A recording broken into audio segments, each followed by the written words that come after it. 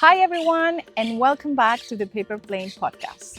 Today I have a very special guest. I've been with her through many different immigration stages, and today I'm proud to say I can call her my friend.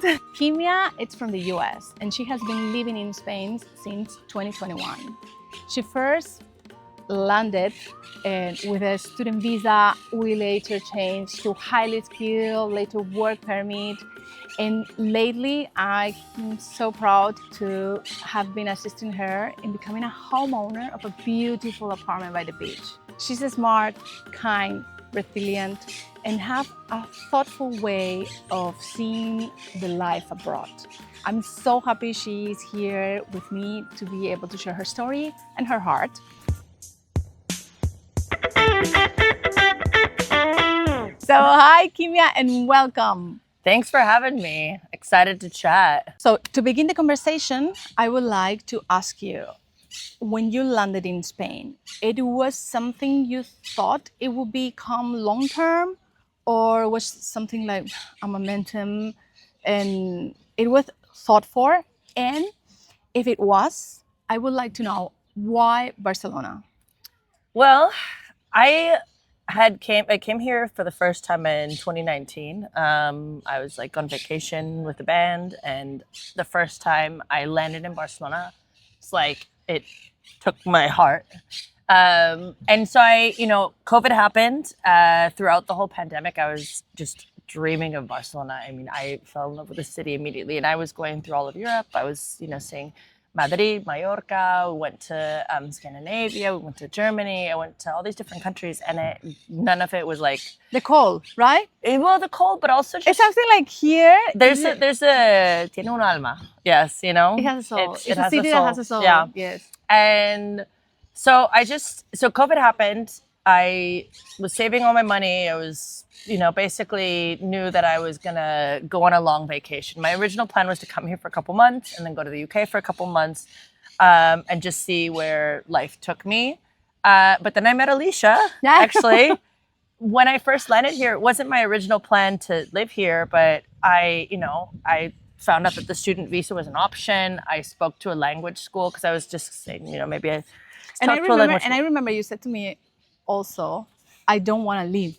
I didn't want to leave. Yes. I didn't want to leave. And watching immigration videos online, I'd seen Alicia's face online, and I had known about, Processes. the processes and stuff. I was doing a lot of research during, before moving. And I had heard of, non-lucrative visa, student visa.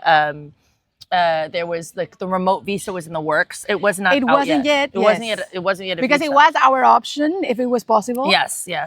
And so, and I said, okay, well, I want to do Spanish language school anyway. I'm living here. I need to learn the language. But I also remember the clock was ticking, because when you apply for a student visa from Spain, you have a deadline. It's short deadline, okay? And we were discussing with Kimia. She told me, I don't want to leave. And we had like 48 hours to get a course, to get a bank, to get a health insurance, to get everything ready to apply for her student visa. Because it's like something calls you when you're here and you feel like, I need to stay here because there is something for me here. It's weird, right? Yeah. I mean, I knew because, oh my God, now my life is here. Exactly. Yeah. My whole life is here. Yeah, and we're going to talk about this later on, but same thing happened to me and everyone I talk to. And this is the purpose of the podcast as well. Like, what is the life that we have built after actually getting the paperwork, the visa, to be able to be in Spain, Barcelona. Okay, so to talk about a little bit more about your migration journey, given that we switch from different types of residency permit during all your years here in Spain, have any of those transitions gave you a sense of stability, kind of a sense of better stability here? And what have been most challenging for you emotionally and practically while this process ongoing? Yeah. Okay. So, well, I think the first visa was the student visa. That was probably the most unstable. Yes. And then okay, so I'm The short deadline. yeah, short deadline. Also, you know, it's a 1-year visa. You're not actually building up that time that like for myself, I know I want a passport. I want to do everything that I need to do so that I can get citizenship one day here. And the student visa, I wasn't building time towards that. And then actually the work visa, so the highly qualified visa, which I think you remember, I was approached on LinkedIn by the CEO of a company. They said, we want you to come work for us. We'll sponsor your visa. And I was like, wow, that's amazing. I can be working in Barcelona. I'm working in my own time zone. I'm working in the city. I'm in an office. Yeah, but then working in Spain has something also. It does. But, you know, But I remember, Yeah. and this is, sorry I interrupted, because I do want to point this out. When we did student visa for Kimia, for example, of course, as she was planning to stay in Spain, the language course, Spanish language course, was definitely useful. But at that moment, we also took the decision strategically, like because afterwards we were planning to move to something else. Like she was sure she was going to look for a position, or we will wait for the digital nomad to be able to apply for. It was everything in every immigration process we went through. It was thought for what actually Kimia is saying about. I have this goal. I want to live in Spain forever. I want my citizenship in the future. Every day I feel more Spanish, like living here. I want to speak better language. I want to do everything that this entails. But also, every process we went through with her was planned and thought for, whatever the goal we were trying to reach. Yeah. And yeah, so I mean, the work visa, I think the biggest thing for me was I wanted to pay taxes here. And it sounds so like counterintuitive, or if I sound like a goody two shoes, but I wanted my taxes to go to the government here and not to the government in the United States. Yeah, because now you're living here. I'm living here. And you feel it's coming back. Like I feel it coming back. I wanted to be a fiscal resident here, because that puts me in a better position where when the time comes, they look at the years that I've been living here. I think only the first year that I was here, I was not here a fiscal resident because I wasn't here for the full year. But from the beginning, from the very first year that I was fully in Spain, I did whatever I needed to do to make sure that I was paying my taxes here. And sorry to interrupt, but this is such a good and nice perspective that I really want other people to think about and consider, because most of the time you have all types of clients, and there is no judgment in between, okay? I mean, everyone knows what they want. But if you're planning actually to move and reside in Spain, like become a resident and be here most of the time, it's a good way of thinking. I'm going to become a tax resident, because at the end of the day, you are enjoying everything around you that actually comes from tax residents, like all of us. That at the same time we're residing here, we are complying with our obligations and everything that it's called for us to do to keep on and maintain that residency or whatever. I mean, it comes along with the package. Yeah.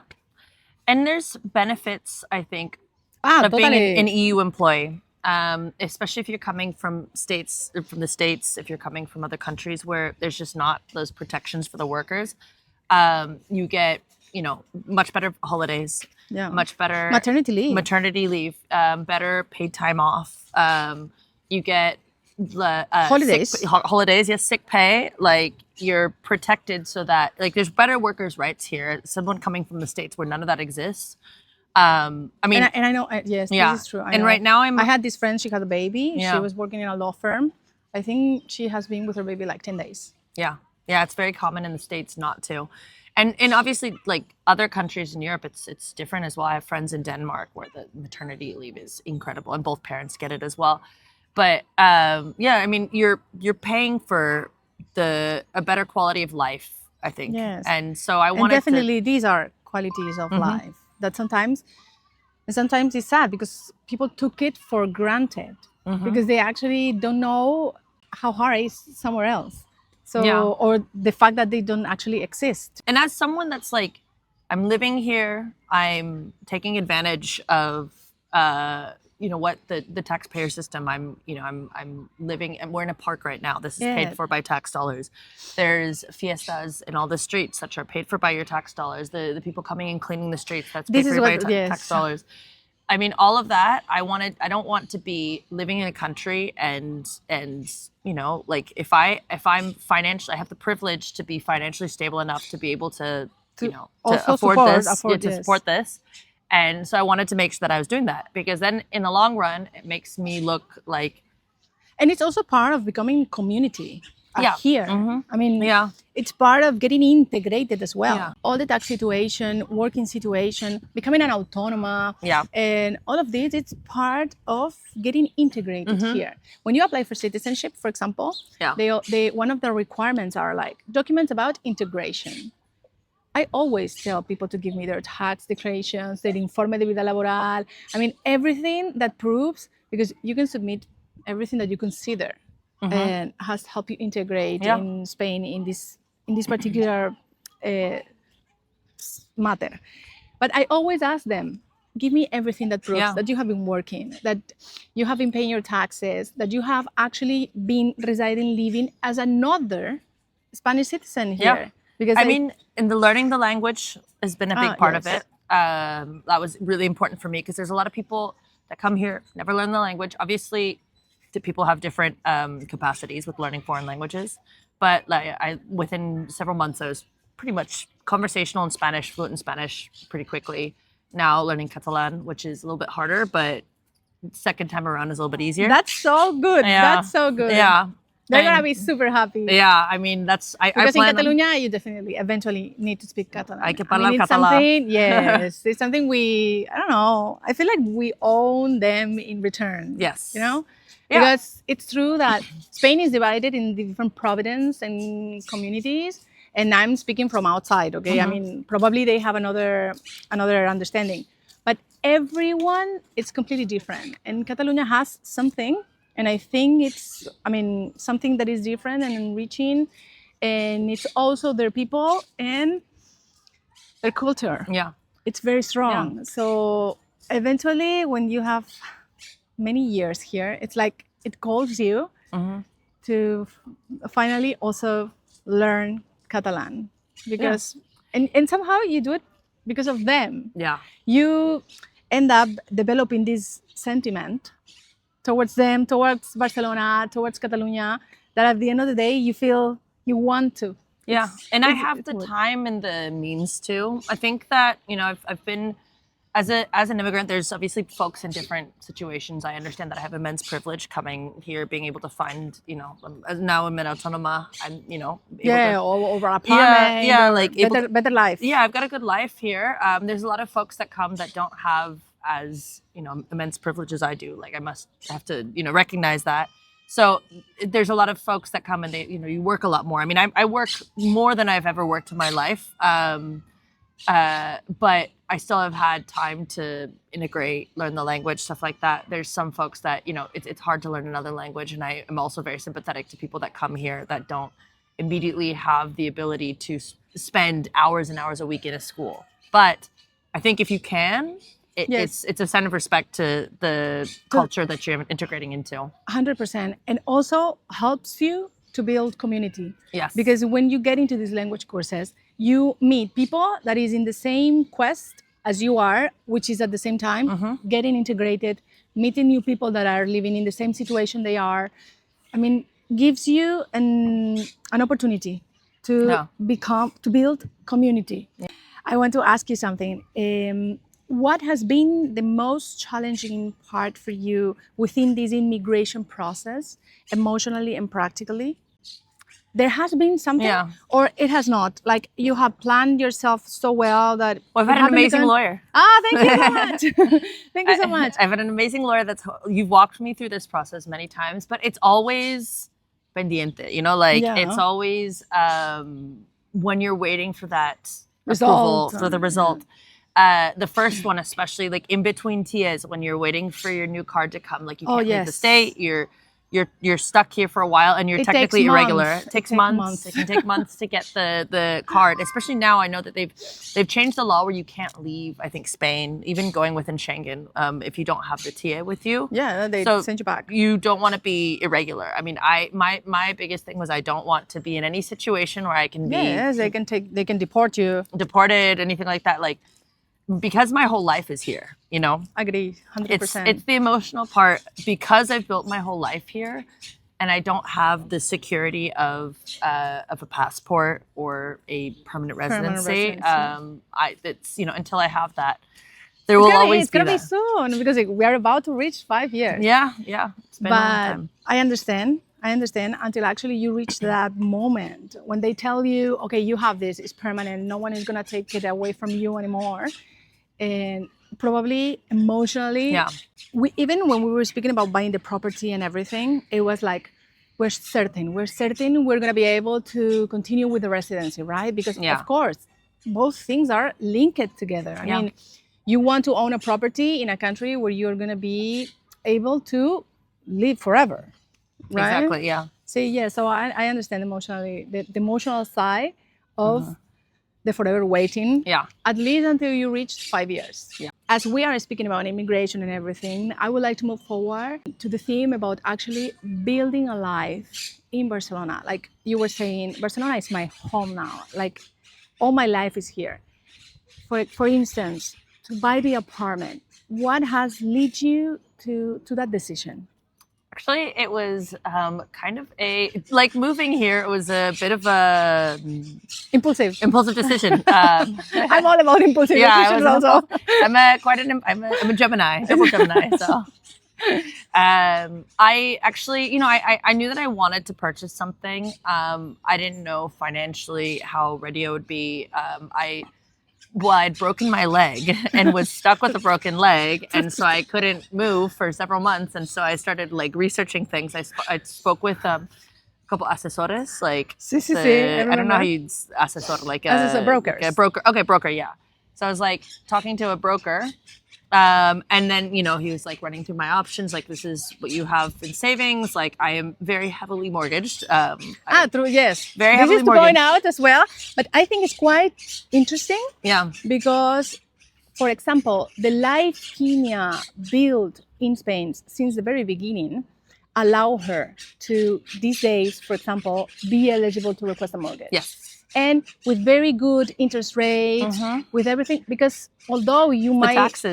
It's the taxes. Also, exactly, they can see exactly how much income you perceive, etc. This is very important because you do find people that after 1 year, I want to buy a house. Okay, zero track, because they haven't paid the taxes. They don't want to become fiscal residents. They don't want this, they don't want that. And of course, the bank, I mean... They're not going to approve you. No, they're not. Even for me, so that was what I was going to say, was the fact that I strategically set myself up to be... eligible. Yeah, I switched, it became an autónoma. I had been paying my taxes within Spain for several years. I wanted to make sure that I had a vida laboral that was of a certain period. Even with that, the mortgage that I was ultimately wanting to go for took longer time because I didn't have 3 years in a vida laboral. They approved me for it regardless, but it just took some extra kind of pushing. Yeah. Yes. And this is very important because if you're moving to Spain young, eventually you will have this impulsive situation also of becoming a homeowner as well, because sometimes you might find this in the future when it happens to you. But at the end of the day, you can pay what you pay for rent is pretty much the same you will end up paying as a quota for a mortgage. So if you do meet the requirements and you're young, it's probably an interesting way to go because it's the same as paying rent. I'd rather pay it to myself than exactly, to a and eventually it's gonna be yours.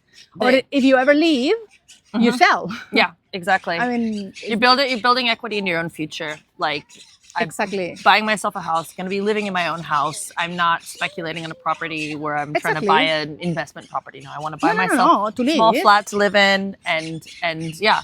So hopefully that helps with my integration journey as well. And actually, just to point out, because I think this is interesting for young people that is willing to buy property in Spain, eventually if they come here, they live here, And there is a tax reduction when you buy property and you are under 35 years old. If you meet certain requirements, okay, of course, it's not like anyone, but this is important to know because if you do meet the requirements, it's even cheaper. I mean, it can even cost you less taxes when purchased. Yeah, I have several friends that have this year or last year gone through the homeowning process as well that are kind of friends like me in mid-30s, early 30s. You know, and they were able to get?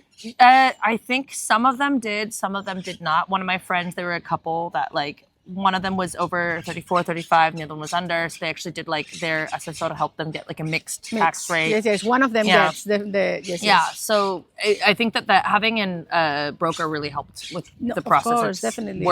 Worth the money. I mean, any professional in between will actually open the Pandora box of all benefits you can get at the same time during the process. I mean, that's why it's important. Sometimes you feel you can go through it alone, but you might miss something in between that would have been beneficial for you. Yeah, a lot of the bureaucratic state here works like that. I've noticed. Yeah, it's like you can do it by yourself, but you know, for example, with autonomo, like with your taxes, like I would not do it by myself. No, it's crazy. No, but the taxes is crazy. Yeah. But I mean, a lot of the administrative processes here are just much easier if you have someone on your team that just knows the system. I think I was talking with the real estate agent. She was just joking about how there's always an asesor, there's always someone else like that's the best job that you can have is to be in between. Yeah.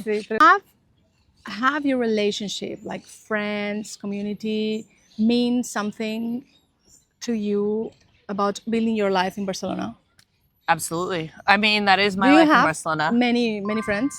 I mean, I would say now that I have, I feel bad if my friends back home say, I mean, I do have friends back home, but most of my life is in either Barcelona or in Europe as well.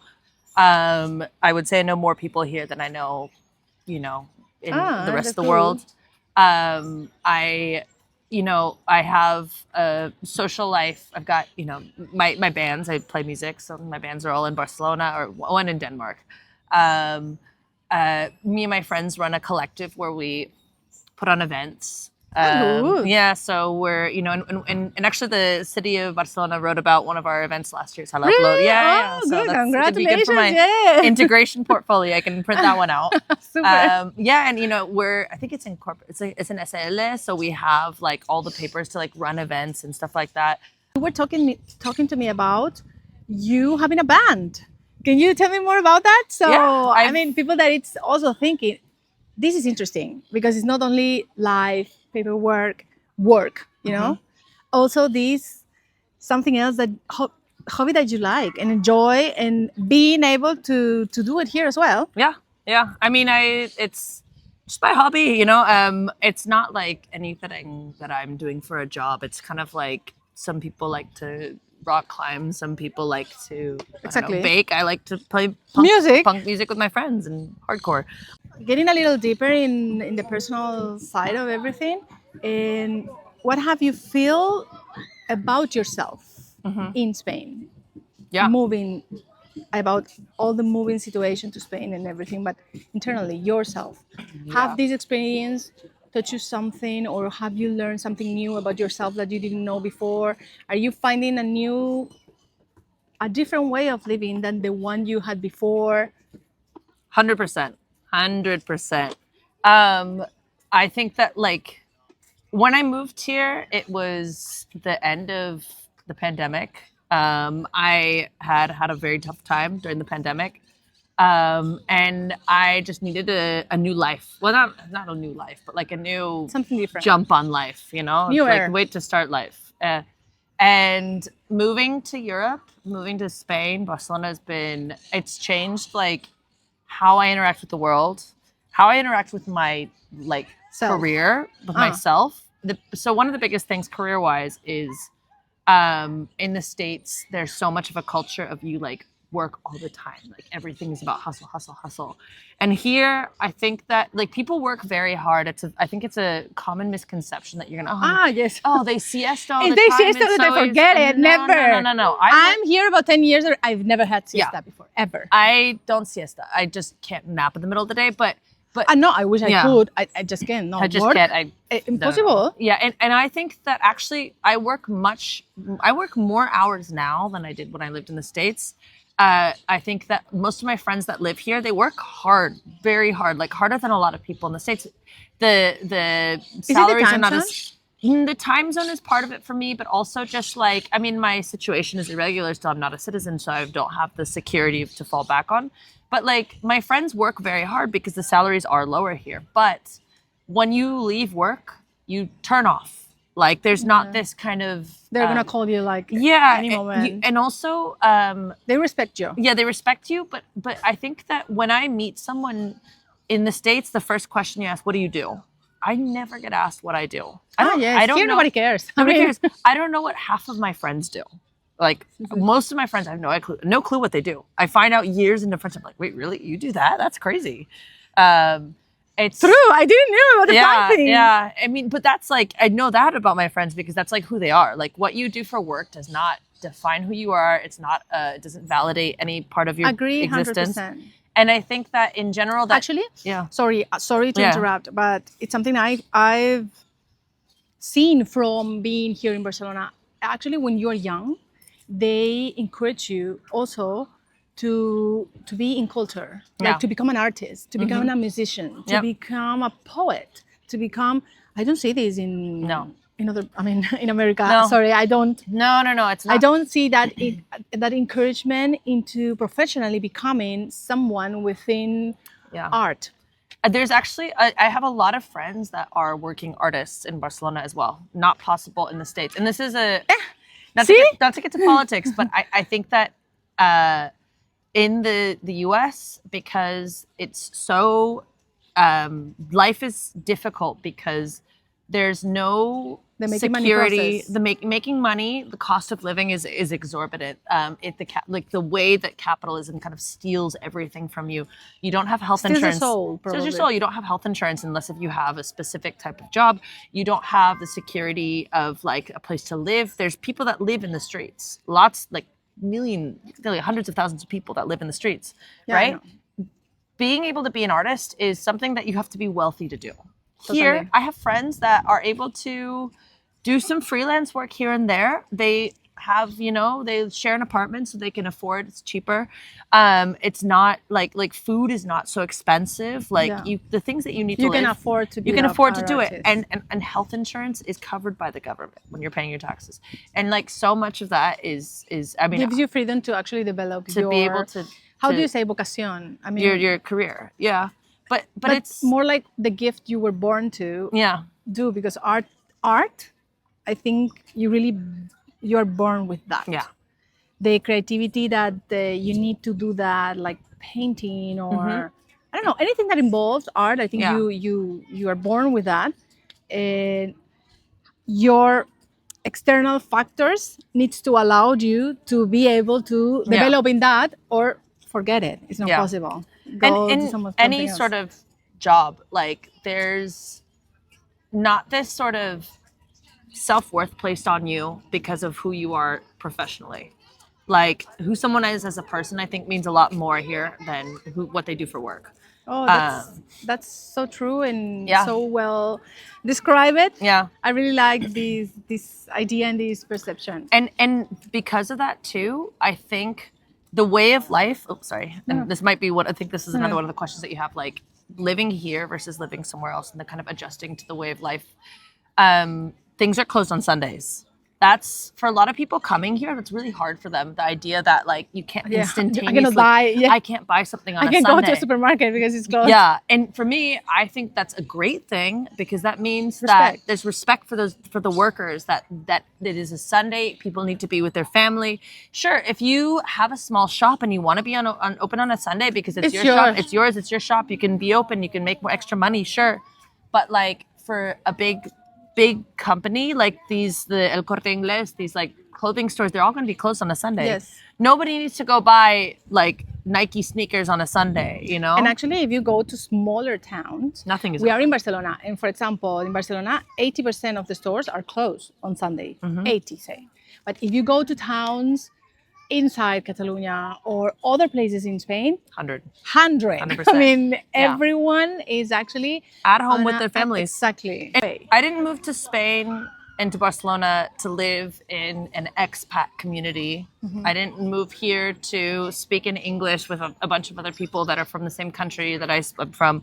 I moved here to like integrate myself into a culture that I appreciate, I like respect, and I really enjoy. You know, I love it because this was yeah. actually one of the questions, and we always talk about this with Kimia of the make, and it was this difference they find in wordings, whether you're referring to an expat or an immigrant. And I wanted to ask you if you feel either or none of them, and actually, I mean, how this difference people can tend to. Yeah, I think okay, and this is again to be a little. I guess it gets political as well. But I like it if we do it with sensitiveness. I think everything can be said. I think so much of that is also what is projected upon you. Like, I don't really use either word to like. I immigrated here. I'm here for the rest of my life. My whole life is here. Want to be a citizen. The idea of an expat to me personally feels like someone that's like going for a job for a couple years, or like, oh, we're retired, we're going to go spend a year in another country. It doesn't involve the difference they're looking for when they are referring to those words. But then also I see a lot of people that do plan on being here for long term. Most of the people that maybe never learned Spanish, but they call themselves expats, and I think some of it can be a differentiation of class. Expat, migrant, refugee, like at the end of the day, it's people moving across the globe to get a better life. I think that there's respect in all of these cases, and I think that it's especially lately what's happening is there's so much kind of hostility against refugees, against migrants. Like I personally, and everywhere, it's a global situation it's a global happening situation. Right now. I left the U.S. to come here to make a better life for myself. And whether you do it with papers, whether you do it like the way you can, you do it however you can. I think that there's I respect anyone that goes to make a better life for themselves. 100%. You know, whether 100%. they do it crossing on a boat. Yes. Like I have sympathy for that. Whether they do it flying sympathy. on a, you know, whether they land here or illegally, they go through Araigo. I have friends that come from Latin America that need to get out. I have friends that there's people that are coming from sub-Saharan Africa that come here for a better life. And these are people that work, you know? Just because you're not able to be regular and working regularly, I see them coming here and selling things. I see them coming here and just trying to make a life for themselves. So, I have immense respect for that as well. And so I wouldn't want to like this idea of an expat being better than someone because they did something legally, because they did something with extra money. No, because it's only money. Yeah, it's just money. I think the only difference that they are referring to is like, oh, he can afford that. Yeah, they can afford stuff. Yeah. And the other one, no. The other one, we need to support them, but it's not true. Yeah. And I mean, most of the immigrants that have gone through me, for instance, I've seen them or I feel them. And the reason why we talk actually is I want to be able to, as soon as possible, build real life in Spain. And by real life, they mean being able to work, being able to work. Yep. This is what they want. Yeah. And at the moment you start working, you begin contributing as well. Exactly. That's what the GDP thing happens. Yep. I mean, because they don't, I really want, I was telling my mother the other day, okay, sorry to bring her up, but I was telling her the other day, I really want in school to have economy as a subject, but for example, all high school. And to really, help students understand macroeconomy. Yeah. Because we all end up thinking in economy until the coffee shop in our corner. Unfortunately, a lot of macroeconomics, the way that it's taught in schools, is done through a lens that I think can be not how they are going to understand that it makes an impact. I think that it can be taught in a way that I think can serve whatever purpose that it is that the person that is teaching it, you know? like macroeconomics can be used to In- justify anti-immigration sentiment, because you can tell one part of the story versus another. True. Can polarize. You yes. can polarize. I think that I think that having But it's all. It's like what going we're out saying. and It's what speaking to people. It's what we're saying. It's perspective. It's perspective. I mean, and you're gonna have a perspective most of the time Yeah. of what you have grow with. Yeah. For I mean, I example, grew up as a family of immigrants, you know. exactly. Or my mom always wanted me to go experience, live the world, because for sure there was something else outside. It was, Yeah. I mean, she wanted me to live all of the experiences possible. So, Kimia, to close up a little bit our episode, if you would describe your life in Spain today in 3 words, which ones would these be? Exciting, Oh, no, I love it. fulfilling, Oh, I love it. yeah, and meaningful maybe. Yeah, like I love my life. You're so smart. I'm very good with the answers. I mean, I love I love every the day. 3 words. I love every day of my life, you know. That's Even the hard times, just because I'm so happy being here, are true. better. That's true. Even because everyone has great days. It's impossible Yeah. not to have one where, because it's true. I mean, it happens to me. I don't know to Kimia, but Yeah. it happens to me sometimes. This sense of belonging that there are moments you feel. I mean, you feel like an outsider. Yeah. And it's hard. It sometimes hits you, but everything on the other side, like it's one thing against Yeah. so many Good things. that happen Yeah. to you while living here. In the word she used, for example, meaningful, that give your life a meaning. It's so true and it's so strong, and that makes every blue feeling you might have Yeah. get better. You're not going to run away from your problems by moving to Europe. Wherever you go, there you are. That's what they say. Exactly, they Yeah. go with you. Yes, You're always going to be there. But because I know that I'm in the right place for me, because I don't feel like every problem in my life has magically been fixed. In a lot of ways, I work a lot harder. I have a lot more difficulties because I'm here versus if I was in another country where maybe like everything is easier. Some things might be easier.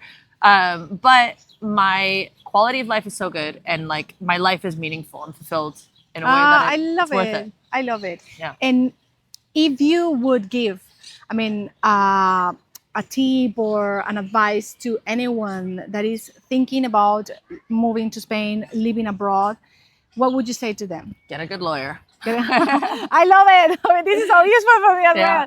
well. But agree. Yeah, get a Agree. good lawyer. Know what you're gonna do. Like, I think that the visa is like, there's one aspect, which is the visa. The other aspect is, what are you gonna do for work? You know, not all of us have some rich uncle that's gonna Totally rich grandparents that pass away and leave you a bunch of money. I don't have that, but if you don't, you need to figure out what you're gonna do for work and figure out your legal situation to how you're gonna be here and how you're gonna support yourself. Yes, and try to sort that out fast.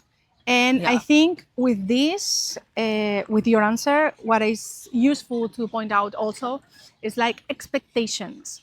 And because depending on the field you work, depending on what you do, like actually figuring out what are you going to do for a living, what are you going to work in, etc., may not be that easy. So work on expectations that we have Yep. as well before coming here, and having good plans. Salaries are not going to be the same as they are where you're coming Super. from. It's okay, I agree, you know, 100%. but you're going to get more out of it. You're going to have more time off. You're going to have things that are immaterial, you know, better than money, Agree. freedom. Agree. And also, like, you're going to work a lot. But it also is like, get creative, you know? Yeah. Like, because I think I read once, I don't know who said this, but the intelligence of a human being is measured by his ability to adapt to anything.